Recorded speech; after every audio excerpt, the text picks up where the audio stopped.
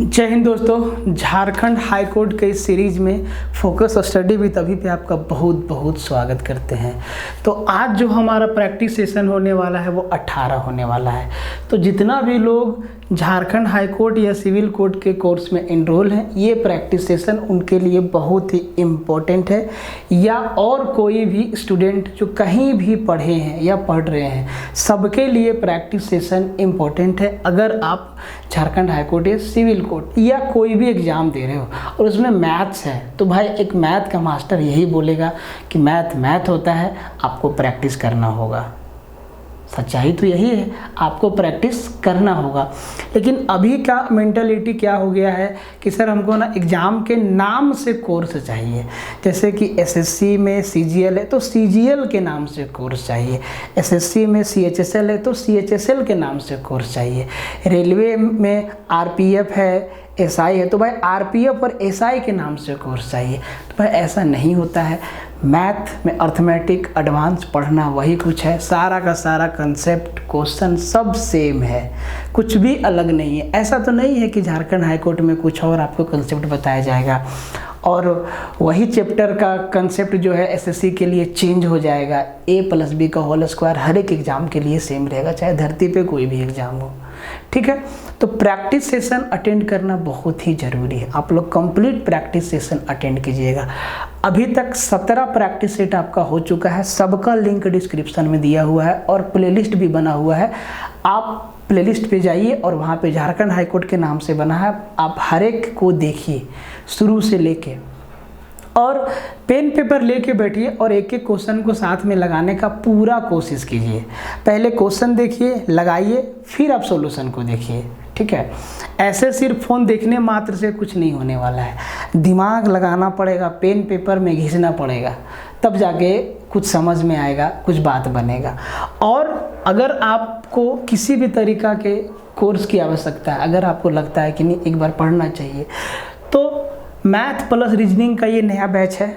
आपको बता दें, ये मैथ प्लस रीजनिंग का बिल्कुल नया बैच है, ये न्यू बैच है, आप इसमें इनरोल हो सकते हैं। कैप्सूल सीरीज 2.0 ये भी आपका बिल्कुल न्यू बैच है, जीके जीएस के लिए आप इसमें इनरोल हो सकते हैं। कैप्सूल सीरीज अभिषेक सर देख रहे हैं, मैथ और रीजनिंग हम देख रहे हैं। ठीक है, तो आप इसमें इनरोल हो सकते हैं। अगर इन दोनों बैच के साथ साथ अगर आपको पिछला वाला कंप्लीट बैच भी चाहिए तो ये 3 नंबर का कोर्स आपके लिए इम्पोर्टेंट है। वैसे कोर्स का कोई नंबरिंग नहीं है, आप इस कोर्स को ले सकते हैं। अगर आपको मैथ रीजनिंग ये वाला नया वाला प्लस में पिछला वाला मैथ का बैच चाहिए तो भाई ये भी अवेलेबल है, आप इसको भी ले सकते हैं। अगर आप Jharkhand high court civil court की तैयारी कर रहे हैं तो इसके लिए भी है, आप ले सकते हैं। अगर आप रेलवे में लगे हैं तो भाई इसके लिए भी है, आप ले सकते हैं। कहाँ मिलेगा? तो फोकस स्टडी विद अभी ऐप पे मिलेगा, आप यहाँ पे जाके एक्सप्लोर कर सकते हैं। ऐप का लिंक डिस्क्रिप्शन में दिया हुआ है। और कोर्स लेने से पहले किसी भी तरह का कन्फ्यूजन हो, दुविधा हो तो इस नंबर पे आप कॉल कर लीजिएगा 7909004902। अभिषेक सर से सीधे आपकी बात हो जाएगी, आपका सारा का सारा कन्फ्यूजन दूर करने का पूरा प्रयत्न किया जाएगा। साथ ही साथ इन्फॉर्मेशन के लिए टेलीग्राम ज्वाइन कर लीजिएगा, टेलीग्राम का लिंक डिस्क्रिप्शन में दिया हुआ है। ठीक है, तो ये सारी चीज़ें आपके लिए है। अगर आप इंटरेस्टेड हैं, अगर आपको लगता है कि नहीं एक बार कायदे से पढ़ने की आवश्यकता है तो आप ले सकते हैं। प्राइस बहुत ही कम रखा गया है। पिछला बैच में पूरा का पूरा मैथ और पूरा का पूरा रीजनिंग सिर्फ हम 299 में हम लोगों ने दिया, इस बार 399 है।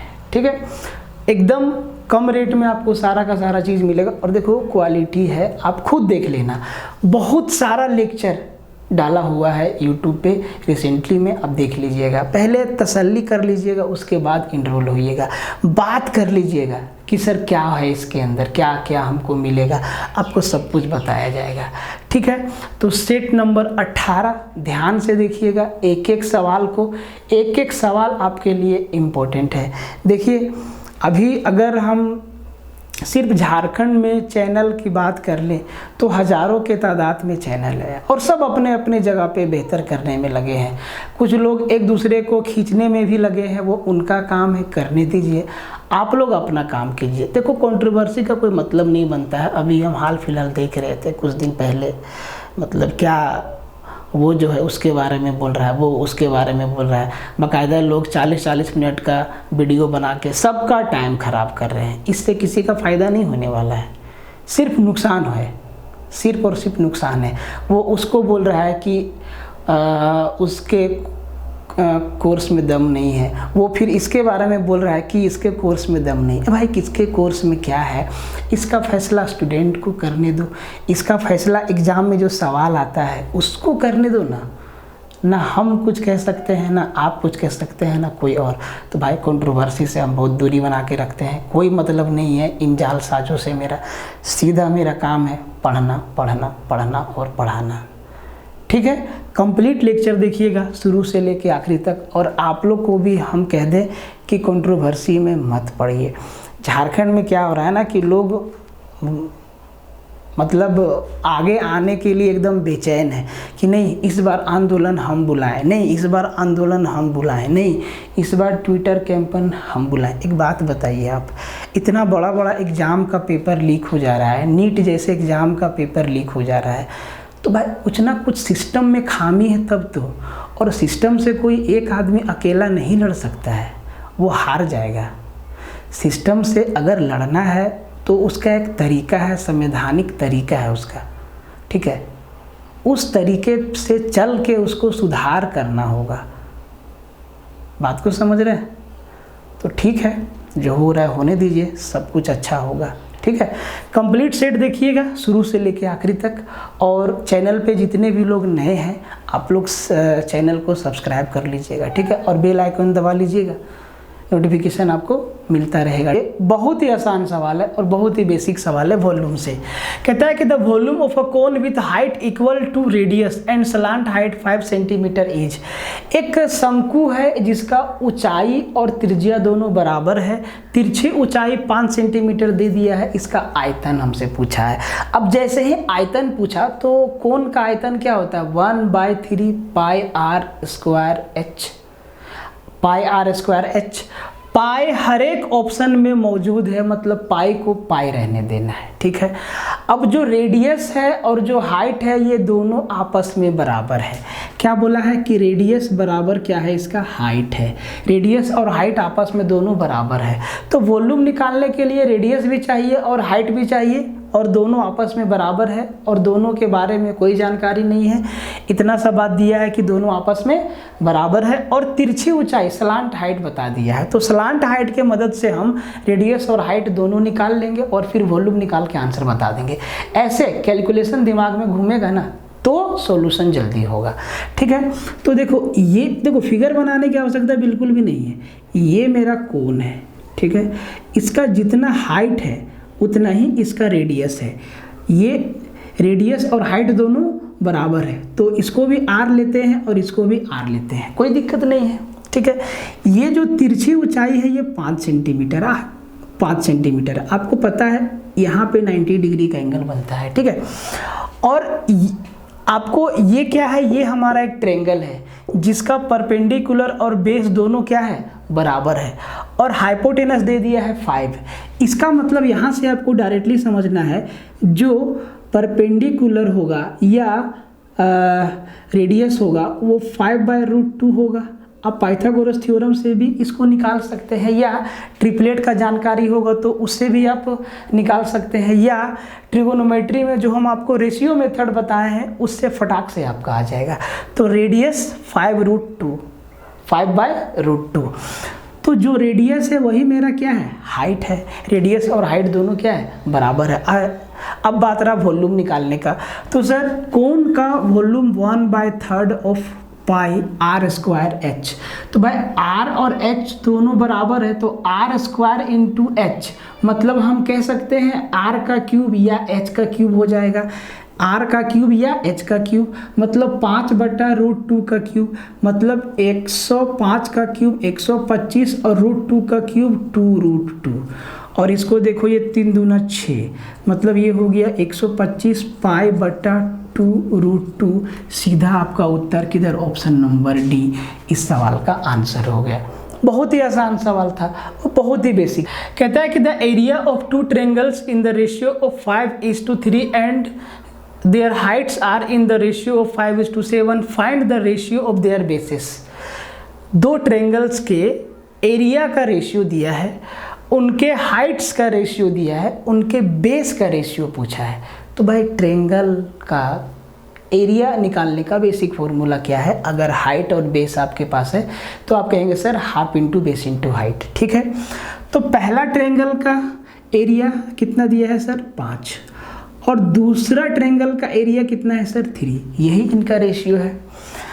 सर पहला ट्रायंगल का एरिया क्या होगा? तो आप कहेंगे हाफ इंटू बेस। तो सर पहला ट्रायंगल का बेस को b1 मानते हैं, इंटू हाइट। तो पहला ट्रायंगल का हाइट कितना देखो तो ये 5 है, अपॉन दूसरा ट्रायंगल का एरिया हाफ इंटू बेस को b2 मानते हैं, इंटू हाइट 7 दिया है। यही दिया है ना, यही चीज़ दिया है सवाल में। तो भाई बड़ा ही सिंपल सवाल है ये तो इस हाफ को लिखने की आवश्यकता नहीं था, इस हाफ को लिखने की आवश्यकता नहीं है, क्योंकि ये कट जाएगा।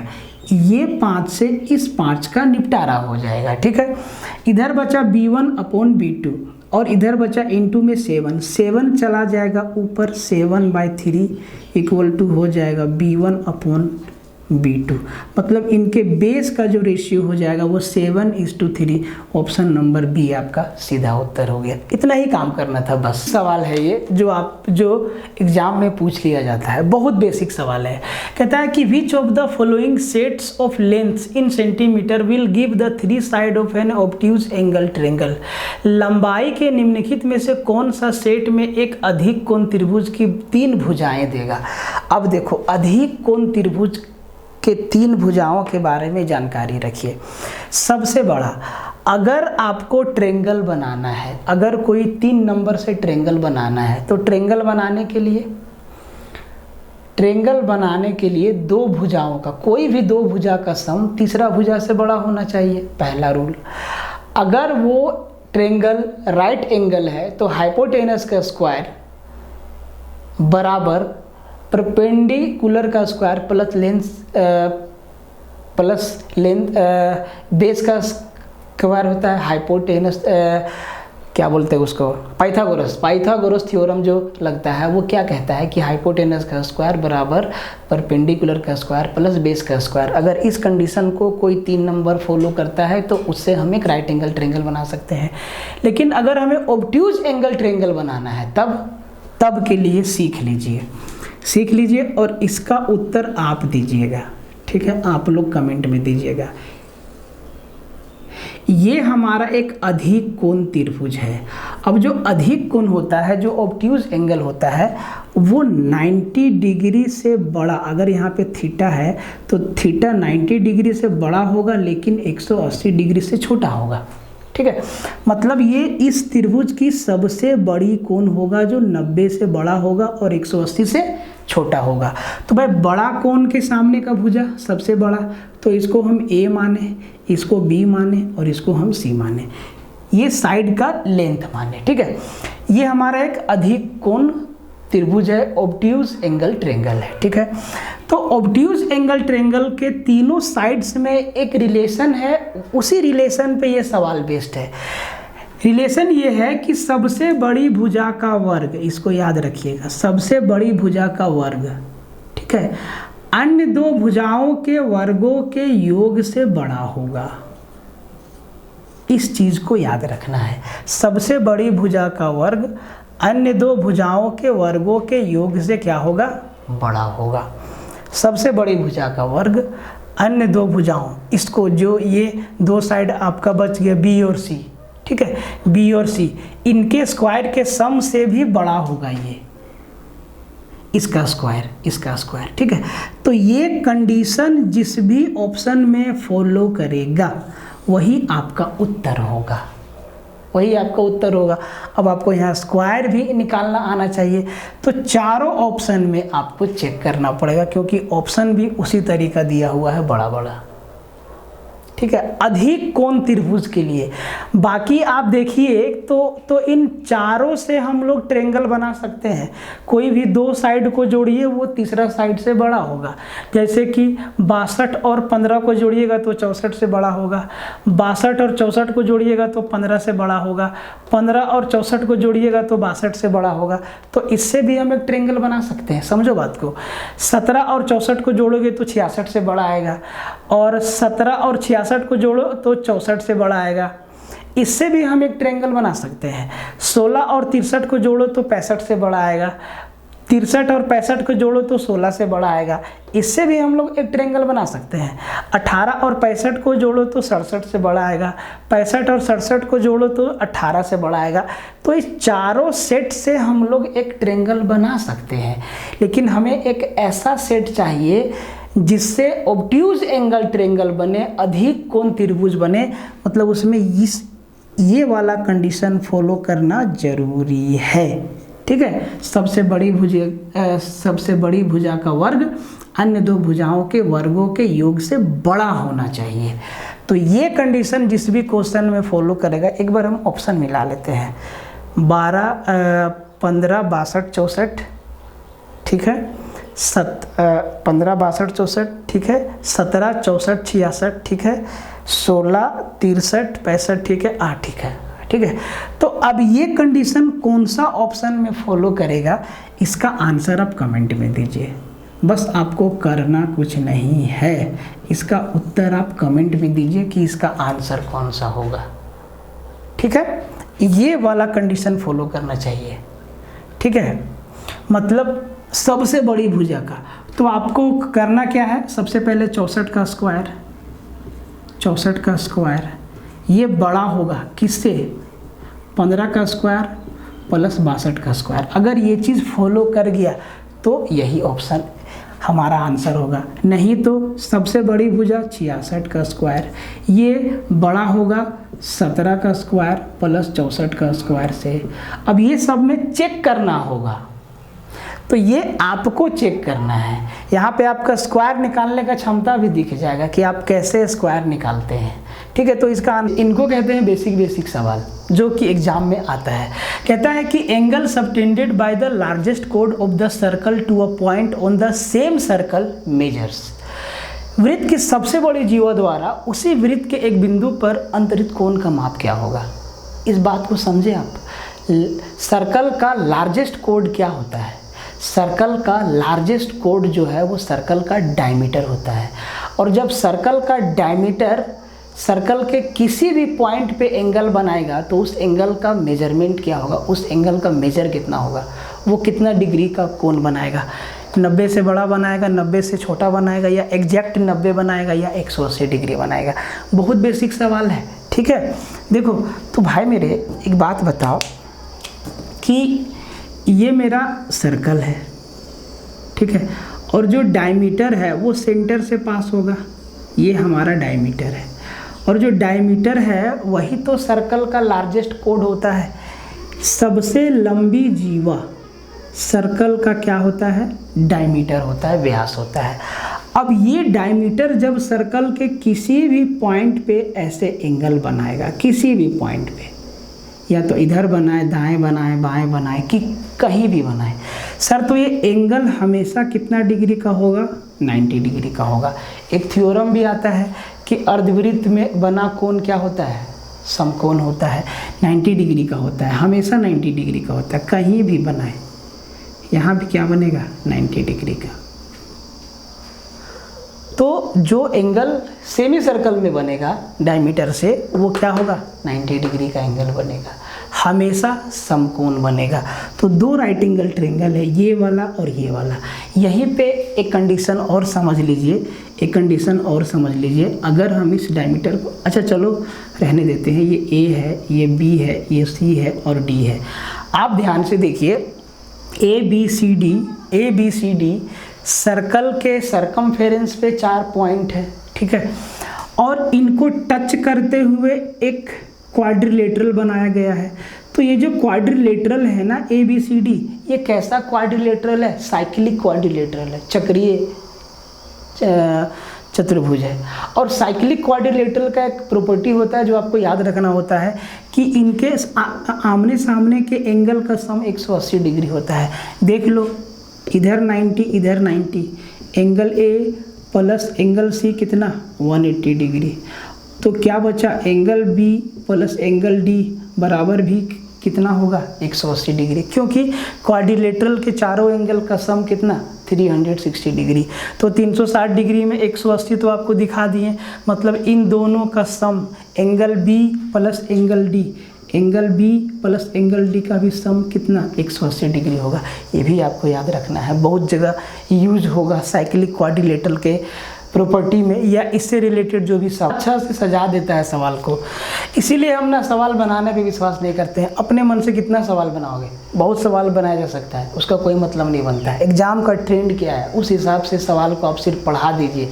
स्टूडेंट में इतना काबिलियत होता है कि वो खुद से एग्ज़ाम में आने वाले सवाल को बना लेगा, ठीक है। ऐसा नहीं होता है कि एग्ज़ाम में अचानक से ट्रेंड को एकदम उलट पलट के रख देगा, कभी नहीं होता है ऐसा, ठीक है। कहता है कि if b equal to 5 determine the value of given expression using an identity. यदि b बराबर 5 है तो एक पहचान का उपयोग करके दिए गए अभिव्यक्ति का मान निकालें। एक आइडेंटिटी का यूज़ करना है, एक फॉर्मूला का यूज़ करके इसका वैल्यू निकालना है। अब आपके दिमाग में सबसे पहले क्या आएगा कि सर इसमें b का वैल्यू तो 5 दे दिया है, ये b का वैल्यू तो 5 दे दिया है, तो यहाँ पे 5 रख देंगे, यहाँ पे 5 का स्क्वायर 25 रख देंगे, यहाँ पे 5 का स्क्वायर 25 और फिर सबको कर देंगे कैलकुलेशन, उससे भी आ जाएगा उत्तर, लेकिन टाइम लगेगा।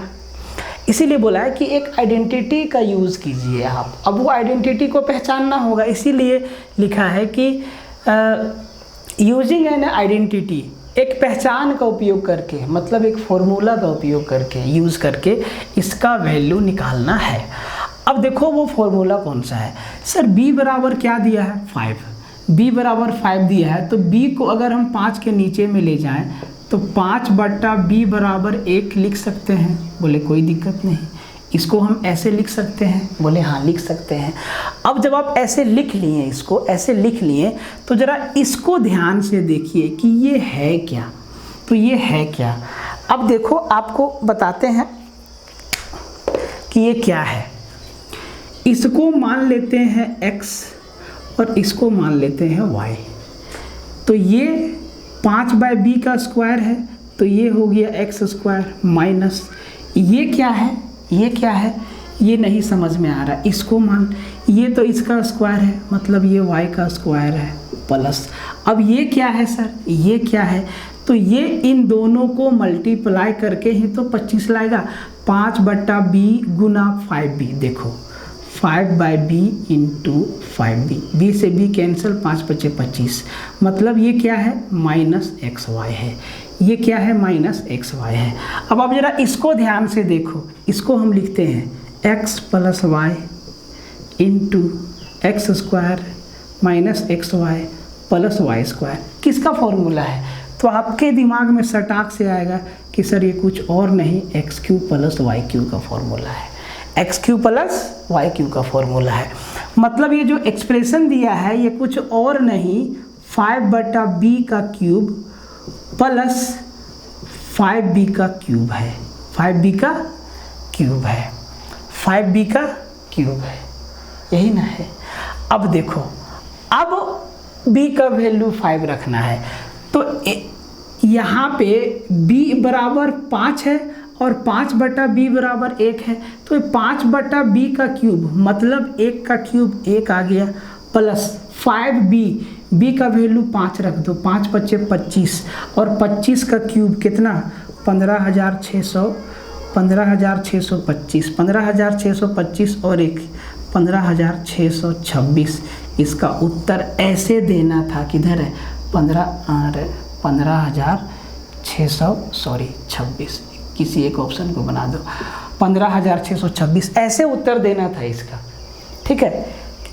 ऐसे उत्तर देने से जल्दी आता है। जैसे ही आप इसको पहचान गए कि ये है क्या, तो बस आंसर आपका आ गया।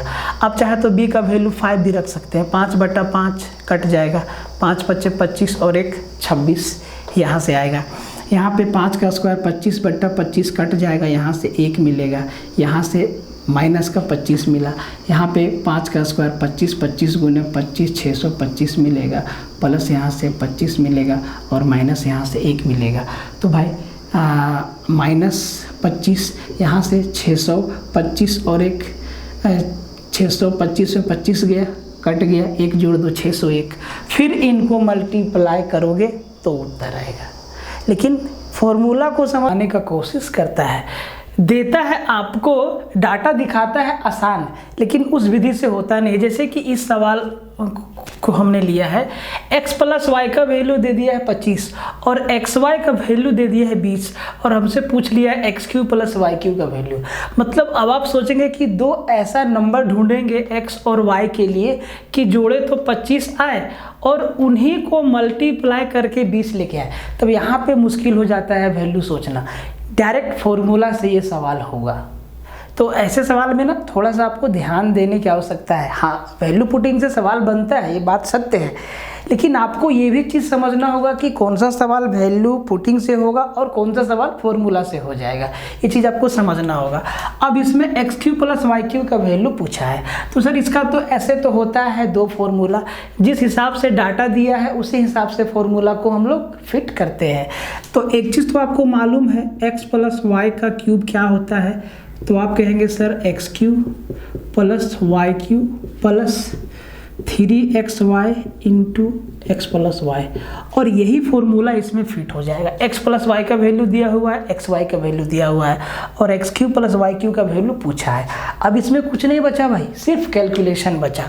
तो x + y 25 25 का क्यूब 15,625 बराबर, ये तो पूछा ही है, +3 × xy का वैल्यू 20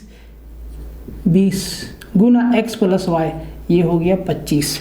तो 20 × 3 = 60 और 15 × 6 = 150, इधर से मेरा आ जाएगा इसका वैल्यू 1500। तो 15,600, इसको 15,600 में 1500 गया तो 14,125, मतलब x³ + y³ का जो वैल्यू आएगा वो 14,125 आपका उत्तर हो जाएगा। देखिए सवाल मुश्किल नहीं है, सवाल बहुत आसान है। बस आपको हम यहाँ पे सिखाने का कोशिश कर रहे हैं कि जो x + y का वैल्यू 25 दिया है और xy का वैल्यू जो 20 दिया है, यहाँ पे अगर आप डाटा सोचेंगे कि x का वैल्यू क्या रखे, y का वैल्यू क्या रखे कि जोड़ के 25 आ जाए और उनको गुना करके 20 आ जाए, तो आप ही सोचिएगा कि थोड़ा सा मुश्किल होगा कि नहीं होगा।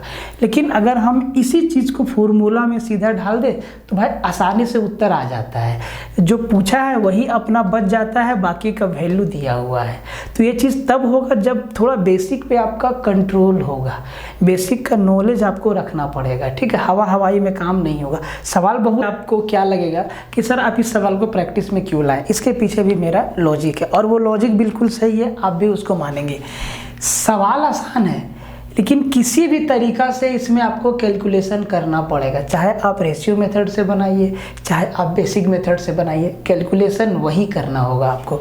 तो सवाल कहता है कि a part of a journey is covered in 37.5 minutes at 90 km/h and the remaining part in 14 minutes at the 80 km/h. The total distance in kilometer of the journey. यात्रा के एक भाग को 90 km/h की स्पीड से 37.5 मिनट में cover करता है और शेष भाग को 80 km/h की स्पीड से 14 मिनट में कवर करता है। तो आपसे पूछ लिया है कि टोटल डिस्टेंस कितना है। अब देखो टोटल डिस्टेंस निकालना है, तो मैं पहला डिस्टेंस है उसमें स्पीड दे दिया है और उसका टाइम दे दिया है। तो पहला डिस्टेंस स्पीड इनटू टाइम, दूसरा जो शेष है उसका भी स्पीड और टाइम दे दिया है, मतलब कैलकुलेशन आपको करना पड़ेगा, ये बात आप ध्यान में रखिएगा। तो जो पहला बार 90 km/h की स्पीड से चला है, कितना मिनट तक, 37.5 मिनट तक। देखिए स्पीड दिया हुआ है किलोमीटर पर आवर में और टाइम दिया है मिनट में, उसको भी आवर में चेंज करना होगा। मतलब 37.5 को 60 से भागा देना पड़ेगा। अब ये बन गया आवर में। ये आपका ना पहला डिस्टेंस हो गया। दूसरा 80 किलोमीटर पर आवर की स्पीड से 14 मिनट तक चला है, इसको भी आवर में चेंज करना पड़ेगा। ये हो गया दूसरा डिस्टेंस और दोनों को जोड़ेंगे तब आएगा टोटल डिस्टेंस। देख लीजिए, यही रीज़न है कि हम इसको प्रैक्टिस में लाए हैं। ठीक है, थोड़ा सा मारपीट हो जाए तो 30 दूना 60 और 30 तिहाई 90। ये यहाँ से पहले इसको फाइनल कर लो तो ये हो जाएगा आपका 5 तिहाई 15, 7 तिहाई 21 और 1 22, 3 तिहाई 9 और 2 11, 112.2 प्लस इसको 20 चौके 80 और 20 तिहाई 60, 14 चौके 56/3।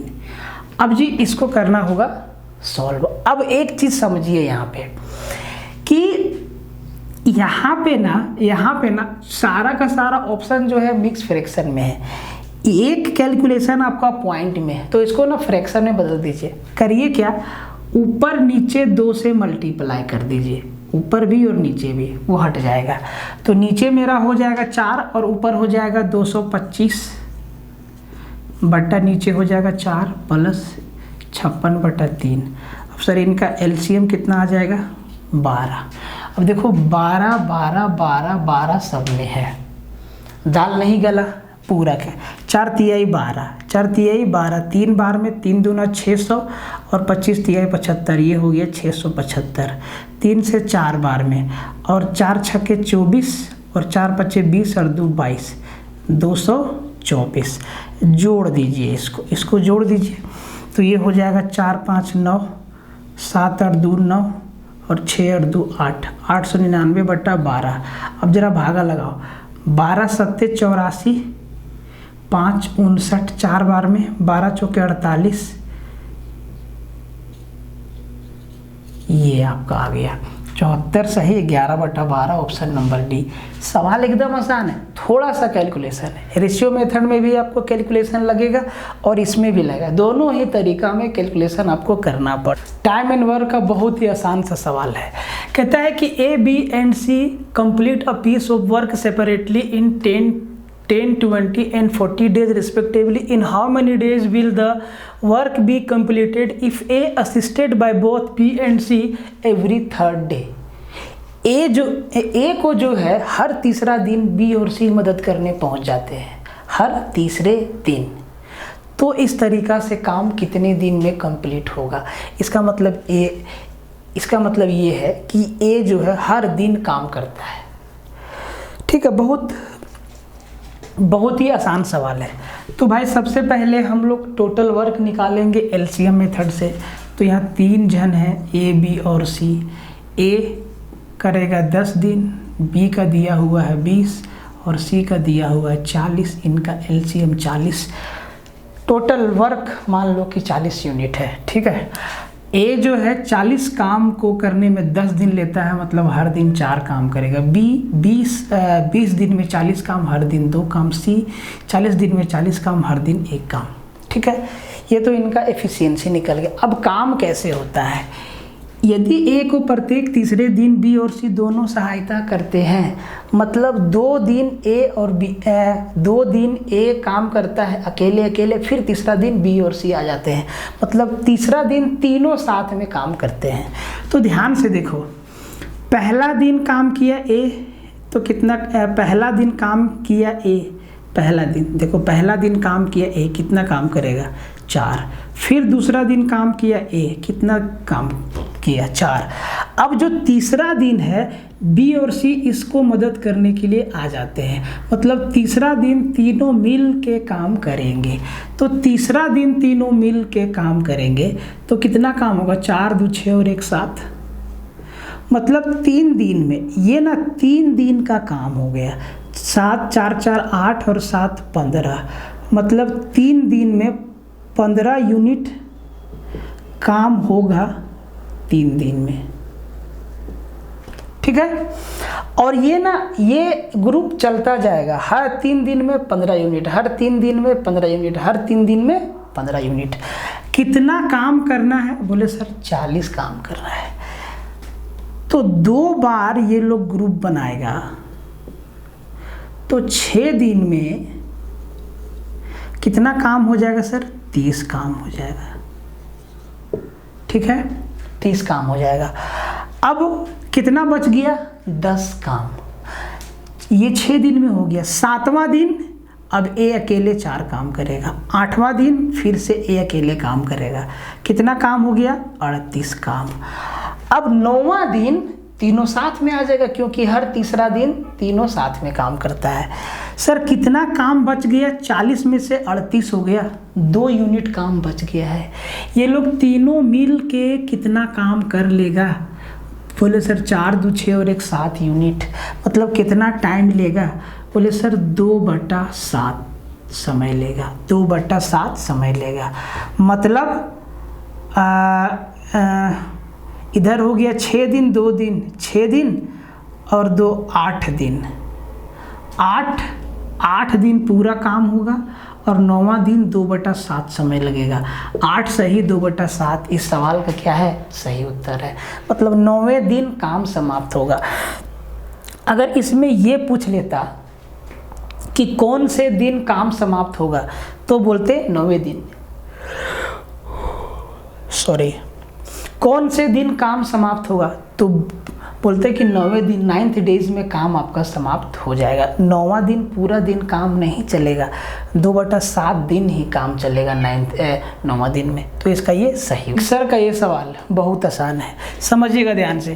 कहता है कि alloy A contains metal X and Y in the ratio 5:2 and alloy B contains this metal in the ratio 3:4, ठीक है। alloy C prepared by mixing A and B in the ratio 4:5, the percentage of Y in alloy C is what? A में X और Y 2 धातु है 5:2 के ratio में, और B में X और Y का रेशियो है 3:4। A से 4 यूनिट और B से 5 यूनिट निकाल के एक C बनाते हैं। तो बोला है कि C में ना Y का परसेंटेज कितना है। तो ये सवाल कैसे बनेगा? बहुत ही आसान है। तो भाई A में कौन कौन सा है? A में X है और Y है। इनका रेशियो क्या है? ये 5 भाग है तो ये 2 भाग है, ठीक है। ये एक ही बात है। यही चीज़ B में क्या है? B में 3 है और 4 है। जरा ध्यान से देखो, इनका टोटल क्वांटिटी सेम है, 5 और 2 7, 4 और 3 7, ठीक है। अब कहता है कि इनको मिलाना है। कैसे मिलाना है? तो A से निकालना है 4 यूनिट और B से निकालना है 5 यूनिट और एक C बना देना है। तो निकालना है मतलब इसको 4 का गुना लगाओ और इसको 5 का गुना लगाओ। तो ये हो जाएगा 4 5 20, ये हो जाएगा 4 दूना 8, ये हो जाएगा 5 3 15 और ये हो जाएगा 4 5 20। अब इनको मिला दो C के लिए। तो C में ध्यान से देखो, जो X है वो आ जाएगा 35 और जो Y है वो आ जाएगा 28, ठीक है। ये C के लिए मिला। अब बोला है कि C में Y का परसेंटेज कितना है। तो Y टोटल कितना हो गया? 28 और 35 63, 28 और 35 63। मतलब Y जो है 28 है, कितना में? 63 में, और परसेंटेज के लिए 100%, यही है ना।